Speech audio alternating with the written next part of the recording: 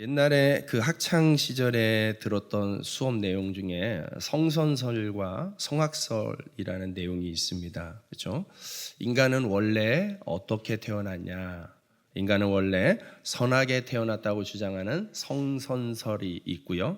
아니다. 인간은 원래 악하게 태어난 것이다. 그렇게 주장하는 성악설이 있습니다. 여러분은 어떻게 생각하세요? 여러분은 사람들이 성선설로 태어난 것 같습니까? 성악설로 태어난 것 같습니까? 아마 의견이 저마다 분분할 거예요. 그렇죠? 여러분, 성경은 뭐라고 말할까요? 성경에서는 인간은 원래 선하게 창조되었습니다. 그렇죠? 성경은 인간의 창조의 모습을 하나님의 형상을 닮은 모습으로, 그렇게 아름다운 모습, 선한 모습으로 창조되었다고 그렇게 분명히 기록을 하고 있죠. 그러나 어떻습니까? 인간은 그 하나님의 영을 잃어버리고 말았어요. 그렇죠? 하나님의 영을 잃어버리고 하나님과 단절됨으로 인하여서 그래서 그냥 내버려 두면은 인간은 갈수록 자연스럽게 착해지는 게 아니라 갈수록 자연스럽게 타락할 수밖에 없는, 범죄할 수밖에 없는 상태에 이르게 되었다. 이것이 성경이 인간을 바라보고 있는 관점이에요. 여러분, 타락한 인간을 내버려 두면은 결국 멸망하는 것이죠. 범죄가 범죄를 낳고 타락이 타락을 낳기 때문에 결국 그 끝은 멸망일 수밖에 없습니다. 그렇기 때문에 하나님이 내버려 두지 않으시는 것, 그래서 하나님이 개입하신 것, 그게 바로 성경이 기록하고 있는 구원의 역사, 구속사라고 이야기를 하는 거예요. 성경의 스토리는 하나님이 그런 인간을 내버려 두지 않으셨다. 모른 척하지 않으셨다. 그래서 관심을 갖고 적극적으로 개입하셔서 그런 인간들을, 타락과 멸망의 상태에 이르는 인간들을 다시금 구원하시는 것. 그 구원을 위해서 이러한 역사들을 하나님이 하셨다라는 걸 기록하고 있는 게 성경의 내용인 것이죠. 그래서 그렇게 적극적으로 개입하시기 위하여서 지난 시간에 하나님이 한 사람, 노아를 택하셨습니다. 그리고 그 사람을 통해서 하나님이 구원의 문을 여셨죠. 그 구원의 문에 어떤 증표로서 구원의 방주 사건이 있었다라는 것을 나누었습니다. 여러분, 방주가 만들어지고 나서 정말 상상을 초월하는 이 홍수 심판이 있었어요. 단지 비가 며칠 동안 많이 왔네 이런 차원이 아니에요. 하늘에 창이 열렸다고 표현하고 있습니다. 땅에 샘이 솟았다고 표현하고 있습니다. 그러니까는 위아래로 정말 그냥 비 수준이 아니라 어마어마한 홍수 심판이 있었습니다. 모든 인류가 다 심판을 받았습니다. 방주 안에 있었던 인간만 살아남게 되었던 것이죠. 그러면서 노아라는 한 사람을 통해서, 노아의 후손을 통해서 새로운 인류가 시작이 되었습니다. 어마어마한 심판 이후에 새 출발을 하게 된 것이죠. 그게 인류의 또 한 번의 은혜인 거예요. 새 출발한 인간인데, 그런데 너무나 안타깝게도 여전히 그 근본적인 본질적인 문제가 해결이 되지 않은 인간들은 또 타락하게 되는 거예요. 성경은 계속해서 그 모습을 고발하고 있어요. 우리 힘으로는, 인간의 힘으로는 이 문제를 해결할 수 있는 게 아니다라는 것을 이야기하고 있는 거예요. 어쩔 수 없이 또 타락해요. 이번에는 사람들의 타락상이 어떤 식으로 나타납니까? 바벨탑을 쌓는 사건으로 나타나요. 바벨탑을 쌓고, 사람들이 바벨탑을 쌓으면서 탑을 높게 더 높게 그렇게 쌓는 거예요. 그 이유는 뭐냐면 자기 이름을 내려고요. 자기 이름이 높아지는 거, 자기들의 어떤 능력이, 자기들의 권세가 높아지는 거. 그래서 그것이 어디까지 높아지길 원합니까? 하늘에까지, 하나님에까지 높아지는 거. 그것이 타락한 인간들이 추구하는 모습이에요. 인간들이 타락했기 때문에 갖게 되는 어떤 모습이라는 것이죠. 하나님을 대신하려고 하는, 하나님을 다른 것으로 바꾸려고 하는, 하나님보다 자기가 중심이 되려고 하는 그런 모습이 타락한 인간들의 모습인 것이죠. 여러분, 그때 다시 한번 하나님이 또 적극적으로 개입을 하십니다. 그러면서 한 사람에게 집중하시는 사건이 오늘 우리가 읽었던 말씀이에요. 아브라함이라는 한 사람을 다시금 택하여 부르십니다. 여러분, 성경에서 아브라함을 왜 부르셨는지 성경은 충분하게 그 정보를 제공하고 있지는 않습니다. 그러나 부르신 분의 목적은 분명히 기록을 하고 있어요. 하나님이 아브라함을 왜 부르셨는지 창세기 12장 2절에서 3절 말씀을 우리 한번 같이 읽어보도록 합시다. 시작.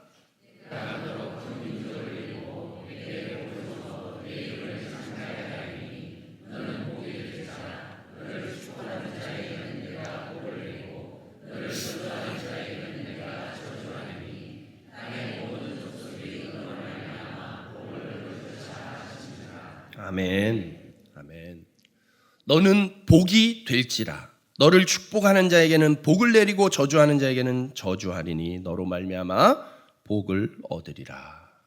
여러분, 이게 아브라함을 택하신 아브라함을 통해서 하나님께서 하시고자 하는 일이에요. 너로 말미암아 복을 얻으리라. 여러분, 한마디로 축복의 통로로 삼겠다는 것이죠. 하나님이 아브라함을 택하여 부르신 분명한 목적입니다. 여러분, 흔히 아브라함을 뭐라고 우리가 표현을 합니까? 아브라함 앞에 수식어가 믿음의 조상이라고 이야기합니다. 여러분, 그렇죠. 모든 인류가 다 심판받고 노아 한 사람을 통하여서 다시 인류가 시작된 것처럼 지금 그런 전 지구적인 심판은 아니지만은 하나님이 다시금 역사를 집중시키는 한 사람이 아브라함이에요. 그 아브라함을 통해서 믿음의 조상으로 삼고요, 믿음의 후손들을 길러내겠다라고 하나님이 계획하신 것이죠. 그래서 여러분, 아브라함이 믿음의 조상이 되고, 그렇다면 믿음의 후손은 누구란 말입니까? 예수 그리스도를 믿는 모든 성도들을 일컫는 것입니다. 그러므로 저와 여러분의 조상은 누구입니까? 아브라함인 것이죠. 이게 우리가 가지고 있는 분명한 영적인 계보예요. 네, 영적인 계보. 여러분, 성도들을 통해서 믿음의 조상에게 주신 말씀이 여전히 살아있는 줄로 믿습니다. 하나님의 비전, 하나님의 뜻, 내가 너로 하여금 너로 말미암아 복을 얻게 하리라. 너를 축복의 통로로 삼으리라. 여러분, 아브라함을 축복의 통로로 삼겠다는 말씀이 믿음의 후손인 우리 믿는 성도들을 통해서 여전히 계속되고 있는 하나님의 비전이요, 우리의 정체성이 되는 줄로 믿습니다. 그러므로 우리의 정체성은요, 성선설의 인간이 아니고 성악설의 인간이 아니라 우리의 정체성은 축복의 통로가 되는 것인 줄로 믿습니다. 그러므로 사랑하는 여러분, 여러분에게는 사명이 주어져 있어요. 여러분이 살고 있는 그 땅을 축복하셔야 됩니다. 여러분을 통해서 이 땅이 복을 받아야 될 줄로 믿습니다. 그게 우리에게 주어진 사명이에요. 여러분, 주로 어디에서 지내고 계세요? 가정에서 많이 지냅니까? 여러분 가정이 여러분으로 인하여서 축복받기를 소원합니다. 여러분, 직장 생활을 열심히 하고 있나요? 여러분의 직장이 여러분으로 인하여서 축복받는 직장이 되기를 소원합니다. 여러분으로 인하여서 이 구미가 축복의 도시가 되기를 소원합니다. 여러분으로 인하여서 이 경북이 축복의 도가 되기를 소원합니다. 여러분으로 인하여서 이 조국 대한민국이 축복의 나라가 되기를 소원합니다. 여러분, 이게 하나님이 우리를 통하여서 이루시고자 하는 하나님의 뜻, 하나님의 비전입니다. 하나님이 아브라함에게 주목하신 이유가 명확하지는 않지만 우리가 그래도 한번 그 힌트로 찾아보면은 아브라함은 하나님의 말씀을 듣는 사람이었어요. 하나님의 말씀을 듣는 사람. 오늘 본문에 보면은 하나님이 환상 중에 말씀하시며 아브라함과 대화를 이어가는 모습이 묘사되고 있습니다. 여러분, 당시에는 지금 우리처럼 성경책이 이렇게 딱 완성되어 있지가 않았던 시대이지 않습니까? 그렇기 때문에 하나님의 말씀을 책이나 문자로 접하기 어려운 상황이었던 것이죠. 그렇기 때문에 하나님은 이 환상 중에라도 하나님의 음성을 또 들려주시고 대화하는 모습으로 이 하나님의 말씀을 나타내고 있습니다. 어쨌든 간에 아담이 그랬고 또 노아가 그랬듯이 아브라함도 하나님의 말씀을 듣는 사람, 하나님의 말씀에 집중하고 순종하는 사람이었다는 것이죠. 하나님은요, 하나님의 말씀에 반응하는 사람들을 통해서 하나님의 역사를 이루어 가시는 줄로 믿습니다. 아브라함 시대만 해도 이 인류에 얼마나 많은 사람들이 존재했겠습니까? 그렇지만 성경의 기록으로 남긴 사람은 아브라함 한 사람이에요. 여러분, 그 아브라함이 다른 사람보다 잘생겨서 힘이 좋아서 다른 이유가 아니라 오늘 성경의 힌트로 찾아보면은 아브라함은 하나님의 말씀에 집중하는 사람, 하나님의 말씀에 반응하는 사람이었다는 것이죠. 하나님은 하나님의 말씀에 반응하는 그 사람을 통해서 하나님의 역사를 이루어 가시는 것이죠. 여러분, 우리가 공동체 성경 읽기, 이제는 귀에 딱지가 앉으셨죠? 더 앉으셔야 됩니다. 여러분, 공동체 성경 읽기로 하루하루 살아가는 것이 얼마나 중요한지 모르다는 것을 오늘 이 말씀을 통해서 우리는 발견해야 됩니다. 깨달아야 됩니다. 여러분, 그냥 목사님 참 귀찮게 하시네, 이런 용도가 아니라는 거예요. 공동체 성경 읽기는 우리의 본질이에요. 성도의 본질인 거예요. 그 시간을 통해서 여러분, 하나님의 말씀을 들을 수 있기를 축복합니다. 말씀을 듣고 말씀에 반응함으로 하나님과 동행하는 삶, 하나님을 경험하는 삶이 되기를 주님의 이름으로 축복합니다. 많은 분들이 작년 한 해 동안 이 공동체 성경 읽기를 하면서 받았던 이런저런 은혜들을 나눌 때에 말씀만 읽어도 내 언어 습관이 바뀌더라, 내 생각이 바뀌더라, 전에는 내가 이런 상황이었으면 얼마든지 짜증을 냈는데 이제는 그게 옳지 않다라는 것이 크게 다가오더라, 그러니 달라지더라, 마음이, 생각이, 언어가, 표현이 달라지더라. 여러분, 말씀에 반응하고 있는 거예요. 말씀을 읽는다는 것은 그냥 소리로 읽는 행위로만 끝나는 것이 아니라, 여러분, 말씀에 반응하는 것은 그 말씀이 내 삶에 영향을 끼치는 거예요. 그래서 생각이 달라지고 언어가 달라지고 태도가 달라지는 거, 그게 바로 말씀을 읽음으로 인해서 하나님과 동행하는 사람의 모습인 것이죠. 여러분, 중요한 것은 말씀을 대하는 자세입니다. 말씀에 집중하고 그 말씀을 믿는 것이 얼마나 중요한지 몰라요. 오늘 우리가 읽었던 말씀에 6절 말씀 한 번 더 읽어볼까요? 6절 시작.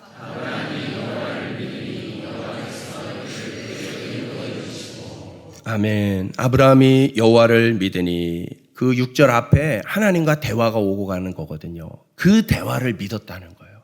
하나님의 그 말씀을 믿었다는 거예요. 그걸 인정했다는 거예요. 그것을 근데 그렇게 믿었더니, 그것을 인정했더니 여호와께서 이를, 그렇게 말씀에 반응하고 있는 아브라함의 모습을 의로 여겼다는 거예요. 옳다 인정하는 거죠. 여러분, 하나님이 말씀을 대하는 우리의 태도를 얼마나 중요하게 여기고 얼마나 가치 있게 여기는지를 오늘 이 구절을 통해서 우리가 분명히 확인할 수가 있습니다. 성도가 하나님의 말씀을 믿는 것은 어찌 보면 당연한 것 같죠? 하지만 사실은 어렵습니다. 여러분, 아브라함의 입장에서 한번 생각해 보시죠. 지금 요 15장까지 이르는 아브라함의 상황이 어떻습니까? 75세에 하나님의 부르심이 있어서 고향도 떠나서 이곳까지 왔는데, 여러분, 여전히 아브라함에게는 자녀가 없어요. 현실적으로 따져보면 말도 안 되는 상황입니다. 그래서 앞에 대화에서 이야기합니다. 하나님, 전에 이런 약속도 하시긴 했지만 난 아직 자식이 없습니다. 그러니 내 상속자는 내 집에서 길러진 사람 이 엘리에셀로 족합니다. 이 정도만 돼도 성품이 되게 훌륭한 거죠. 원망하고 짜증내도 되는데, 하나님, 그냥 엘리에셀을 내 상속자로 삼겠습니다, 이렇게 이야기해요. 여러분, 그런데 그것은 자칫 잘못하면 하나님의 일하심을 무시하는 행위가 되는 거예요. 하나님은 그렇게 동의하지 않습니다. 아브라함의 생각에는 내 나이 이미 75세가 훨씬 넘었고 물리적으로는 이제 더 이상 자녀를 낳을 수 없는 나이라는 거, 너무나 지극히 현실적인 그런 모습을 이야기해요. 그런데 오늘 하나님께서는 그런 아브라함의 마음을 움직이세요. 그러면서 현실을 따지고 있는, 상황을 따지고 있는 아브라함에게 하나님이 다시금 그 비전을 보여주십니다. 하나님이 보여주시는 그 비전의 모습, 5절 말씀 우리 한 번 더 같이 읽겠습니다. 시작.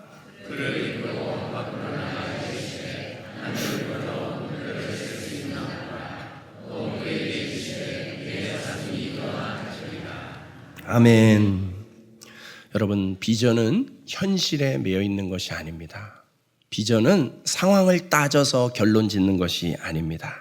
비전은 현실을 뛰어넘는 것인 줄로 믿습니다. 여러분, 오늘 하나님이 아브라함에게 하늘의 별들을 바라보게 하시고 그 별들을 세어보게 하시면서 너의 후손들이, 너의 자녀들이 장차 저렇게 별과 같이 많으리라 말씀하고 계세요. 비전을 주시는 거예요. 현실적으로는요, 자녀가 한 명도 없습니다. 한 명도 없어요. 그런데도 오늘 하나님께서는 이 말씀을 주시는 거예요. 여러분, 그러면서 우리는 알고 있습니다.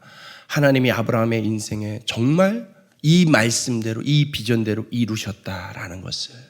여러분, 믿음의 조상 아브라함, 그에게 얼마나 많은 믿음의 후손이 있습니까? 헤아릴 수가 없습니다. 헤아릴 수가 없습니다. 여러분, 하나님이 비전을 주시는 이유가 무엇일까요? 우리에게 주시는 비전은 무엇일까요? 여러분, 오늘 우리에게도 하나님께서 비전을 주고 계십니다. 오늘 우리에게 주신 비전은 무엇입니까? 하나님을 경험하라. 아멘이세요? 비전을 주셨을 때 비전을 붙잡는 사람. 여러분, 아까 6절 아브라함이 여호와를 믿으니, 그렇죠? 하나님이 보여주신 그 별을 보면서 저건 별은 별이고 나는 납니다. 이러면 아브라함의 비전이 아니에요. 그렇지만 그 비전을, 보여주신 그 비전을 믿으니 이를 그의 의로 여기셨더라. 그 비전이 실현이 되어지는 것이죠. 하나님을 경험하라. 올해도 그냥 그럴듯한 멋진 문구 하나 주셨네요. 그냥 그러면 그냥 문자로 그칠 거예요. 하지만 저 문자가 정말 내 삶의 실제가 되기를 원합니다. 그렇게 간구하고 강청하면 여러분 삶에 하나님을 경험하는 놀라운 역사가 반드시 일어날 줄로 믿습니다. 여러분, 하나님이 인도하시는 것을 바라봐야 돼요. 여러분, 아브라함이 그럴듯한 계획이 있어서 계획적으로 움직인 사람이 아니잖아요. 하나님이 인도하는 대로, 하나님의 말씀을 따라서 반응하면서 인도해 주시는 대로 따라왔더니 오늘 가나안 땅에 이르게 되고 하늘의 별을 보면서, 여러분, 오늘 15장에 아주 적극적으로, 아브라함은 그냥 가만히 있는데 하나님이 적극적으로 아브라함과 언약을 맺으시고요. 막 정말 내가 너한테 얼마나 축복하는지 봐라 막 하면서 막 억지로 입을 벌려서 막 축복을 막 우겨 넣어주는 것처럼 그런 모습으로 묘사가 되고 있어요. 여러분, 하나님께서는 이렇게 우리 가운데 역사하시죠. 여러분, 하나님이 인도하시는 것을 바라볼 때에 하나님의 일하심을 우리가 경험할 수 있습니다. 여러분 눈에 보이시는지 모르겠어요. 하나님이 이 땅을 변화시키고 계신 줄로 믿습니다. 여러분, 한 교회를 통해서 도시가 변화될 수 있을까요? 한 교회를 통해서 도시가 변화되는 것이 가능합니다. 여러분, 한 사람을 통해서도 가능한데 한 교회면 충분합니다. 여러분, 저는 감사하게도 그런 교회를 경험했어요. 여러분, 제가 여기 오기 전에 안산에서 살다가 왔잖아요. 네. 여러분, 안산이라는 도시가 구미랑 공통점이 있다면 공단을 배경으로 하는 도시라는 거예요. 안산이라는 도시는요, 1970년대에 국가사업으로서 공단을 만들었어요. 그래서 완전히 시골 어촌 마을이었는데 거기에 갑자기 공장들이 들어서면서 공단 도시가 된 것이죠. 그래서 대부분의 거주민들이요, 전국 각지에서 몰려든 사람들이에요. 1970년대니까 우리나라가 얼마나 여전히 가난한 시대입니까? 그때 정말 제대로 먹고 살 것이 없는데 학교는 꿈도 못 꾸죠. 학교도 제대로 못 다니는 공장 근로자들이 안산이라는 도시에 모여들고 공장에서 기름때 묻혀가면서 일하는 그런 도시였어요. 그런데 그곳에 김인중 목사님이라는 분이 사명을 받고 그곳에 오셔서 교회를 개척을 했습니다. 여러분, 지금은 안산 동산교회가 10,000명이 넘는 대형 교회이지만은 그때 당시는요, 개척할 때는요, 우리 교회보다 더 열악했습니다. 그때 개척할 때는요, 지하 단칸방에서 개척을 했습니다. 첫 예배 드릴 때에 목사님 가족 5식구만 예배를 드렸어요. 여러분, 그렇게 별 볼 일 없어 보이는 것처럼 시작한 초라한 한 교회가 정말 하나님께 열심히 부르짖고 기도하고 하나님의 비전을 따라서 그렇게 반응하면서 살았더니 하나님께서 놀라운 성장을, 부흥을 주셨습니다. 그래서 비전을 계속해서 업그레이드 시켜주시는데 나중에는 이 교회가 성장하다가 부흥하다 보니까는 학교를 세워야 되겠다는 비전도 주셨어요. 그래서 안산 동산교회가 안산 동산 고등학교를 세우게 됩니다.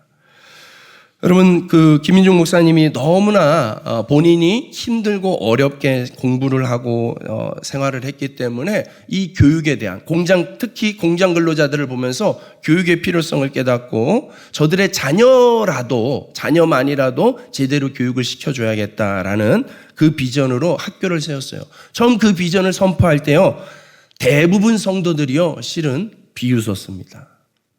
아이고, 우리 교회 수준이 있지. 안산의 분위기가 있거든요. 안산의 분위기가 그냥 공장 분위기예요. 그렇기 때문에 그 대부분의 그 성도들조차도 그 비전을 선포할 때에 비웃었습니다. 심지어는요, 그런 일도 있었습니다. 부교육자가요, 신방 가서 성도가 막 고민하는 거예요. 담임 목사님 하도 계속 얘기하니까는 고민해서 부목사님과 상담을 했어요. 목사님, 이렇게 우리 애가 요번에 고등학교 지나가는데 교회에서 요번에 학교를 세운다고 하는데 거기 보낼까요? 이렇게 상담을 했어요. 부교육자가 뭐라고 했을까요?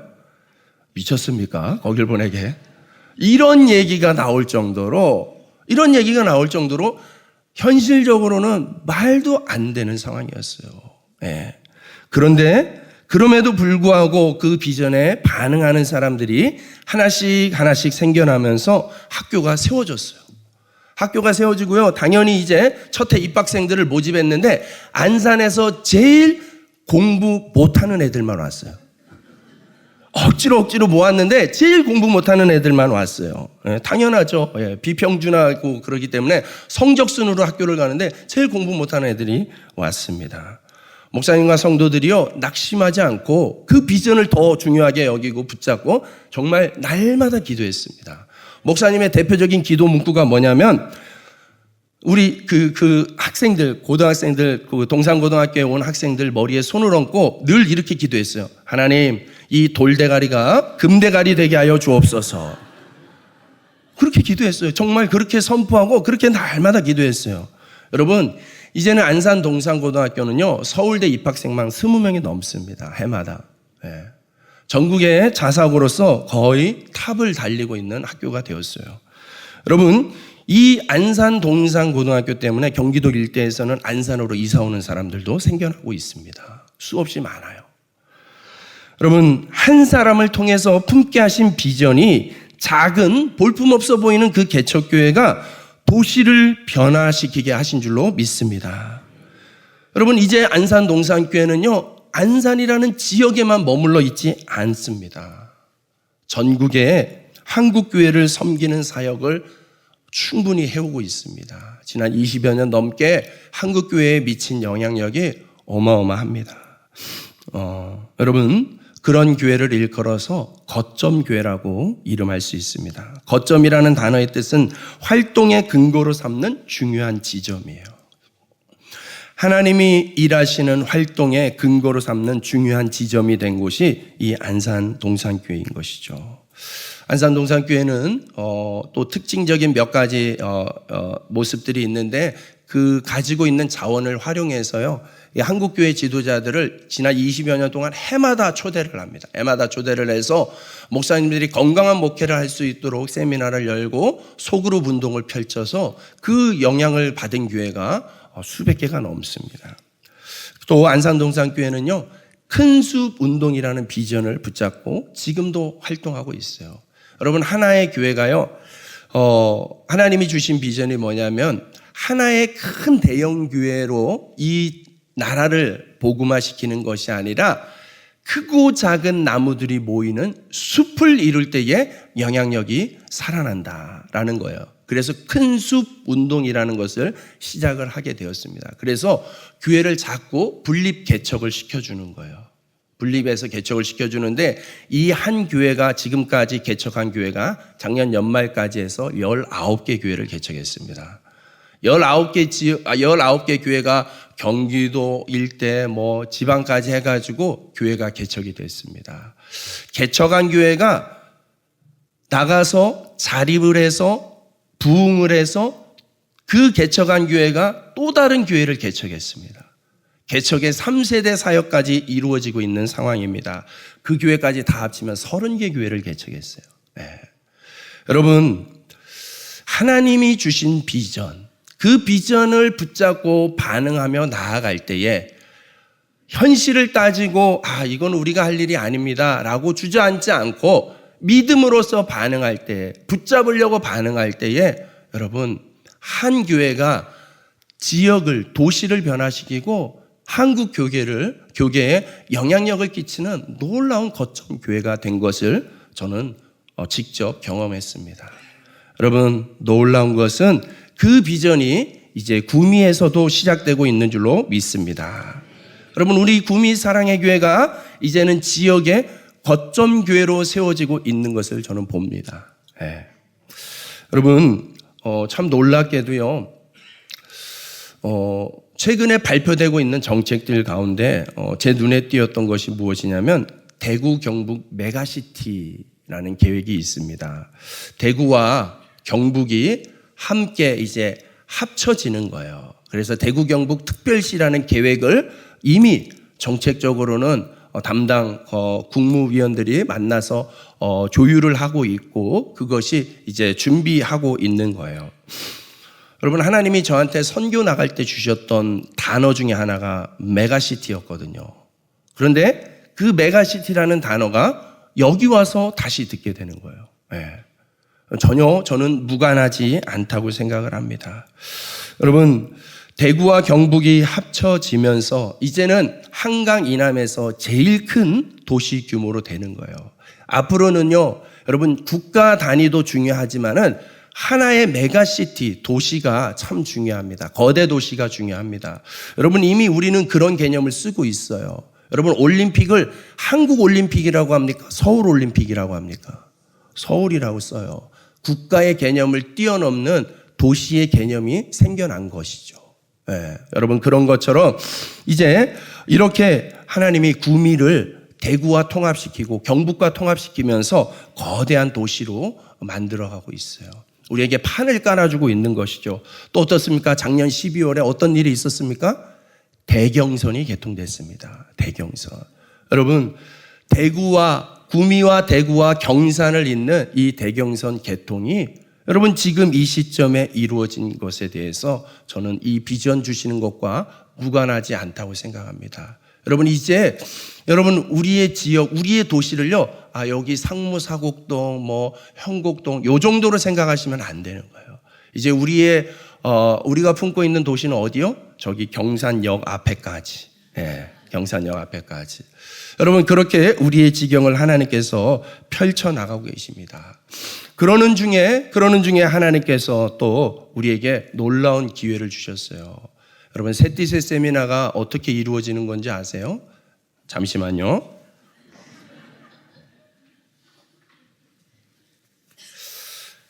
여러분, 이 셋디셋라는 것은 약자예요. 세대를 뛰어넘는 새로운 목회 플랫폼. 뒤에는 뭐 그냥 조금 변경이 되니까는 크게 저기 안 하셔도 돼요. 어쨌든 세대를 뛰어넘는 새로운 목회 플랫폼이라는 이 세미나가요. 실은 지난 10여 년 동안 안산동산교회에서 많은 헌금을 해가지고 계속해서 해마다 하고 있는 한국교회 지도자들을 섬기는 사역 중에 하나예요. 여러분, 근데 이 세티세 세미나가 전국 단위의 그런 세미나예요. 전국 규모의 세미나예요. 그런데 원래 예정되어 있는 세티세 세미나는요, 인천 주안 장로교회에서 원래 계획을 했어요. 그러니까는 전국 단위의 행사다 보니까 좀 그래도 좀 규모가 있는 교회들이 이 세미나를 유치하고자 해요. 그런데 여러분, 저는 아무 짓도 안 했습니다. 저는 어떤 로비를 하지 않았습니다. 가만히 있었는데 그쪽하고 뭔가 조율에 문제가 생겼어요. 그래서 갑자기 연락이 오셨어요. 서 목사님, 요번에 구미사랑의 교회에서 세티세 할 수 있겠습니까? 가만히 있었는데 세티세 세미나를 우리 교회에서 하고 싶다는 거예요. 그래서 제가 바로 답 안 하고 생각 좀 해보겠습니다. 예. 그리고 장로님들과 의논하고 기도하면서 우리가 섬기기로 결정을 했어요. 예. 여러분, 이 세미나 한 번 하는데 재정적으로요 수천만 원이 듭니다. 강사진만 해도 여러분 오늘 받은 이 팜플렛을 보시면 강사진만 해도 한 30명이 오세요. 강사들 공짜로 오는 거 아니거든요. 강사비 다 챙겨드려야 되거든요. 그럼 그것만 해도 비용이 얼마 되겠습니까? 그런데 여러분 이 수천만 원을요 안산동산교회에서 거의 다 됩니다. 물론 이제 우리 교회도 좀 헌금을 하셔야죠. 근데 많은 돈을 자기들이 돈 내서 우리 교회 와서 굳이 하겠다는 거예요. 할렐루야. 여러분, 이 전국적인 행사가 지난주에 우리 교계신문, 기독신문에 전국적으로 광고가 됐어요. 요번에 세티세 세미나는 구미 사랑의 교회에서 한다고. 예. 여러분, 이 글로컬 데이의 시작이 저는 예사롭지가 않습니다. 여러분, 또 극동방송에서 갑자기 연락이 왔습니다. 목사님, 인터뷰를 하나 따고 싶다고. 그러면서 그 극동방송에서 원래는 없는 프로그램인데 프로그램을 하나 만들겠습니다. 그러니까 목사님, 구미 지역에 좋은 교회를 소개하는 프로그램으로 코너로 좀 만들 건데 목사님 교회가 좀 먼저 해주셨으면 좋겠습니다. 그래서 다음 주 화요일 날 오후 2시에서 3시 사이에 제가 녹화를 벌써 했습니다. 예. 극동방송 라디오에서 여러분 우리 교회를 소개하는 방송이 될 겁니다. 다음 주 화요일 2시에서 3시 사이에. 예. 첫 스타트로 우리 구미 사랑의 교회가 이제 시작이 되는 것입니다. 저 극동방송 처음 가봤습니다. 예. 별로 아직 친하지 않습니다. 얼굴 한두 번 보긴 했지만 따로 연락한 것도 없습니다.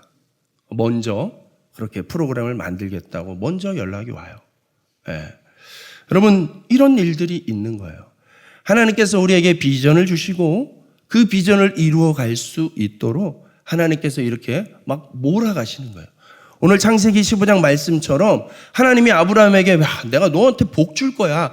하늘의 별들을 봐봐. 이 지역을 봐봐. 동서남북을 봐봐. 이거 다 너 거야. 너한테 줄게. 그렇게 몰아넣는 것처럼 하나님께서 지금 우리 교회 가운데 그렇게 일하고 계신 줄로 믿습니다. 여러분, 이 비전이 보이십니까? 저는 이 비전을 저만 보지 않기를 원합니다. 함께 볼 수 있기를 원합니다. 여러분, 그래서 정말 요번에 만들어진 이 세티세 글로컬 데이 세미나가 정말 우리의 축제가 되고 우리의 잔치가 되어져서 우리의 영적인 변곡점의 역사로 나타나기를 간절히 소원합니다. 여러분, 그러기 위해서는 오늘 아브라함이 보였던 것처럼 하나님의 말씀을 믿으니, 하나님을 믿으니, 하나님이 주시는 이 비전을 믿으니, 여러분 믿고 그것을 붙잡고 그것을 반응하며 나아갈 때에 그것이 곧 우리에게 현실이 되는, 축복이 되는 놀라운 역사로 나타날 줄로 믿습니다. 네. 여러분, 아무리 멋진 비전이 있어도 비전에 반응하지 않으면 그건 우리 것이 아닙니다. 여러분, 비전이라는 것은 비전에 반응하고 심어야 되는 것이죠. 우리의 현실을 심는 것, 우리의 헌신을 심는 것입니다. 여러분 이렇게 많은 몇 분이나 올지는 모르겠어요. 몇 분이 올지는 모르겠지만 중요한 건 뭡니까? 이제는 대구에서도 구미로 찾아온다는 거예요. 여러분 다른 도시에서 다른 지역에서 이제 구미로 찾아온다는 거예요. 앞서 말씀드렸던 대구 경북 메가시티 이 통합 도시의 모습이 벌써 우리 교회를 통하여서 이미 시작이 되어지고 있는 것이죠. 이제 구미가 정말 이 대구와 경북을 품는 이 놀라운 영적인 거점 도시 되어질 줄로 믿습니다. 그 선봉에 하나님께서 우리 구미 사랑의 교회를 거점 교회로 세워주신 줄로 믿습니다. 이제 저와 여러분들이 그런 비전을 품고 함께 지금부터 기도하시고 또 이것이 잘 이루어질 수 있도록 여러분 봉사도 많이 하셔야 돼요. 지금 시간을 웬만하면은 좀 내셔가지고 반차, 월차, 좋은 제도들이 많더라고요. 내셔가지고 헌신하셔야 돼요. 헌신하지 않고는 어떤 일도 일어나지 않습니다. 헌신이 뒤따르지 않으면 그냥 허울만 좋을 뿐이에요. 구호만 좋을 뿐이에요. 그렇지만 헌신할 때 우리의 작은 것을 내어드릴 때에 여러분 그 가운데 놀라운 역사가 있는 것이죠. 1월 23일, 24일 동안 이틀 동안 진행되는데 여러분들이 먼저 해야 될 일은 오늘 아까 제가 광고 시간에 안내드렸던 이 신청서를 오늘 꼭 분명하게 밝혀주셔야 돼요. 참석을 한다 못한다 이거를 분명하게 밝혀서 제출을 꼭 해주시기 바랍니다. 그리고 이제 봉사를 이제 식당 봉사도 하셔야 되고 안내 봉사도 하셔야 되고 여러 봉사도 하셔야 돼요. 그런 것들을 여러분들이 자원해서 섬겨주시면 좋겠습니다. 그래서 그것도 신청을 해주시면 좋겠고요. 또 이틀 동안 진행되는 이 세미나에 귀한 분들이 30분의 귀한 분들이 오세요. 오셔서 여러분들이 강의를 일단 들으셔야 돼요. 참석하셔야 돼요. 참석하셔서 그 말씀을 듣고 정말 우리 교회를 통해서 한국 교회가 이렇게 움직여지고 있는 것을 보고 함께 그 비전을 품고 나아가야 돼요. 여러분 이번에 오시는 강사님 중에서요 우리나라 벤처 협회 회장이 계십니다. 여러분 벤처 사업을 일으키시는 앞서가 그 영향력을 끼치는 교수님이 오셨는데요. 강의만 하고 끝나는 것이 아니라 그분이 오셔서 이 기독 실업인들의 네트워크 모임을 만들어 주실 거예요. 이처럼 막 가만히 있는데 와서 막 돕겠다고 하는 거예요. 미국에서 날라오는 분도 계세요. 미국에서 제일 큰 신학교의 학장님이 이 행사 있다고 저희한테 오세요. 여러분 이런 놀라운 일들이 우리 교회를 통해서 지금 일어나고 있습니다. 이것을 여러분들이 함께 보기를 원합니다. 그리고 그 비전을 품고 함께 기도하면서 함께 헌신하면서 이것이 그냥 행사로 끝나는 것이 아니라 우리에게 영적인 축제요 부흥의 변곡점의 역사가 되어질 수 있도록 우리 함께 기도할 수 있기를 주님의 이름으로 축복합니다.